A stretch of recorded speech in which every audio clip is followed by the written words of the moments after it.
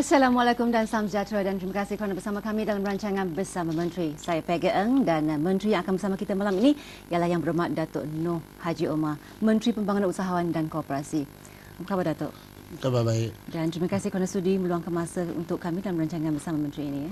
Terima kasih kerana sudi jemput saya untuk bersama program pada malam ini. Dan terlebih dahulu kami ucapkan tahniah kerana telah dilantik untuk menerajui Kementerian Pembangunan Usahawan dan Koperasi ini. Dan saya rasa tentunya dengan kenaikan pangkat ini tanggungjawab juga meningkatlah ya. Ya.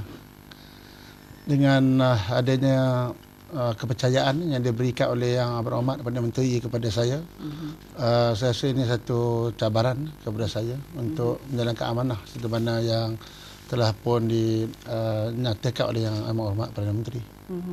Dan sebelum ini kita semua kenal Datuk sebagai Timbalan Menteri Pelajaran. Kalau boleh kita ibaratkan ya, seorang menteri dengan kementeriannya sebagai pilot dan kapal terbangnya.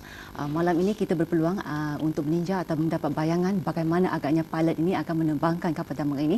Jadi kalau dulu dalam portfolio sebagai Timbalan Menteri Pelajaran, intipati tanggungjawabnya ialah pembangunan insan. Saya rasa di sini juga pembangunan insan ya, tapi insan yang sudah matang usianya. Ya, daripada pengalaman saya semasa Timbalan Menteri Pelajaran, saya rasa di sana agak mudah sedikit. Kerana di Kementerian Pelajaran, kita nak mendirikan modal insan dan juga kita nak memastikan bahawa pelajar-pelajar kita mencapai kejayaan cemerlang di dalam pendidikan. Dalam bidang pendidikan, saya lihat boleh dikatakan majoriti masyarakat kita, terutamanya orang Melayu, telah pun ramai sedar betapa pentingnya pendidikan untuk anak-anak mereka. Ini kerana kita dalam tempoh 50 tahun, 60 tahun merdeka, kita telah berjaya melahirkan generasi pertama orang Melayu dan rakyat Malaysia yang telah pun mencapai kejayaan di dalam bidang pendidikan. Sebab itu kalau kita lihat hari ini, setiap tahun keputusan-keputusan perasaan selalunya meningkat. Ini menunjukkan bahawa ibu bapanya adalah ramai di antara yang berjaya ini ialah ibu bapanya ialah merupakan generasi yang pertama. Bila saya kata generasi yang pertama ini maksudnya ialah ibu bapa yang mereka sendiri mendapat pendidikan di pendidikan tinggi. Macam saya lah. Saya merupakan generasi pertama sebab bapa saya tak masuk universiti. Jadi saya lihat masyarakat yang generasi pertama ini mereka sudah nampak betapa pentingnya pendidikan dan mereka tidak merasa ragu-ragu lagi untuk mereka melabur dalam bidang pendidikan untuk masa depan anak mereka. Tetapi bila saya datang ke Kementerian Pembangunan Usahawan ini, saya lihat ini bukan satu perkara yang mudah.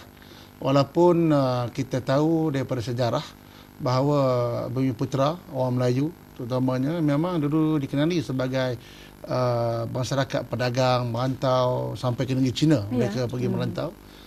Tetapi bila kita dijajah 456 tahun, kita diasingkan dan budaya berniaga ni nampaknya dah mula pupus dan hari ini kita cuba nak bangunkan balik budaya ini.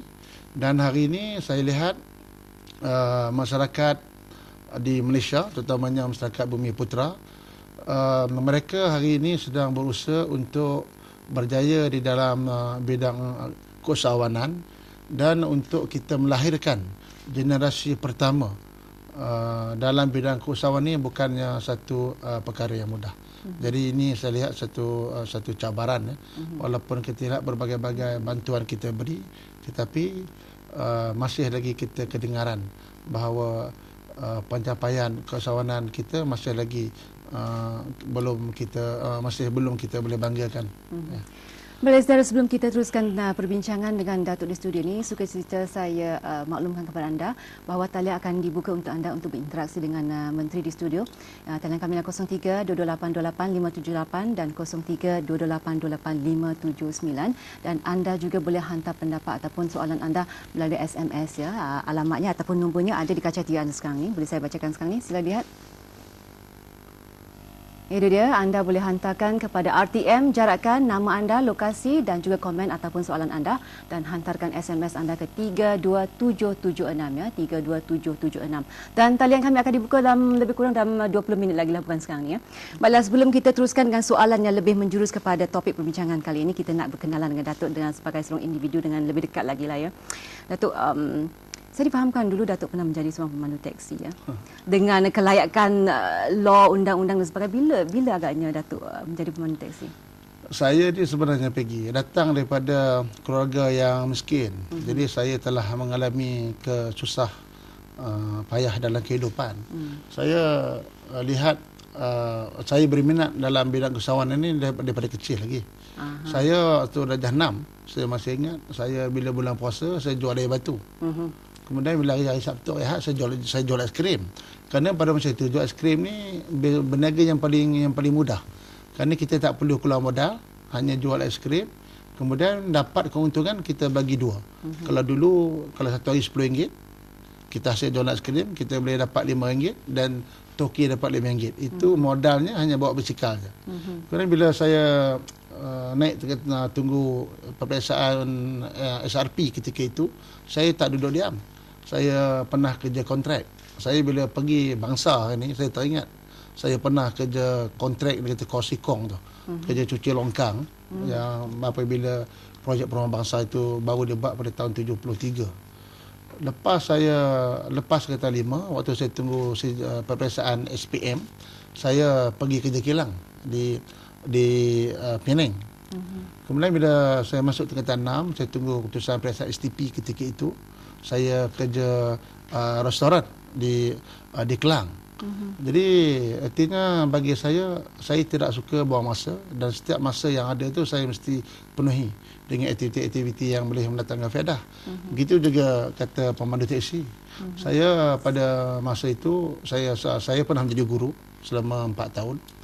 Jadi saya duduk di Kuala Lumpur, mengajar di Kuala Selangor. Jadi nak ulang alik kereta, gaji cikgu baru 500 lebih ya ketika itu. Jadi saya pagi saya naik Pedur Raya. Itu saya bawa kereta, orang kata sekarang ni apa yang kita dipanggil private sapu lah. Saya kenal dengan stesen master di Pedur Raya.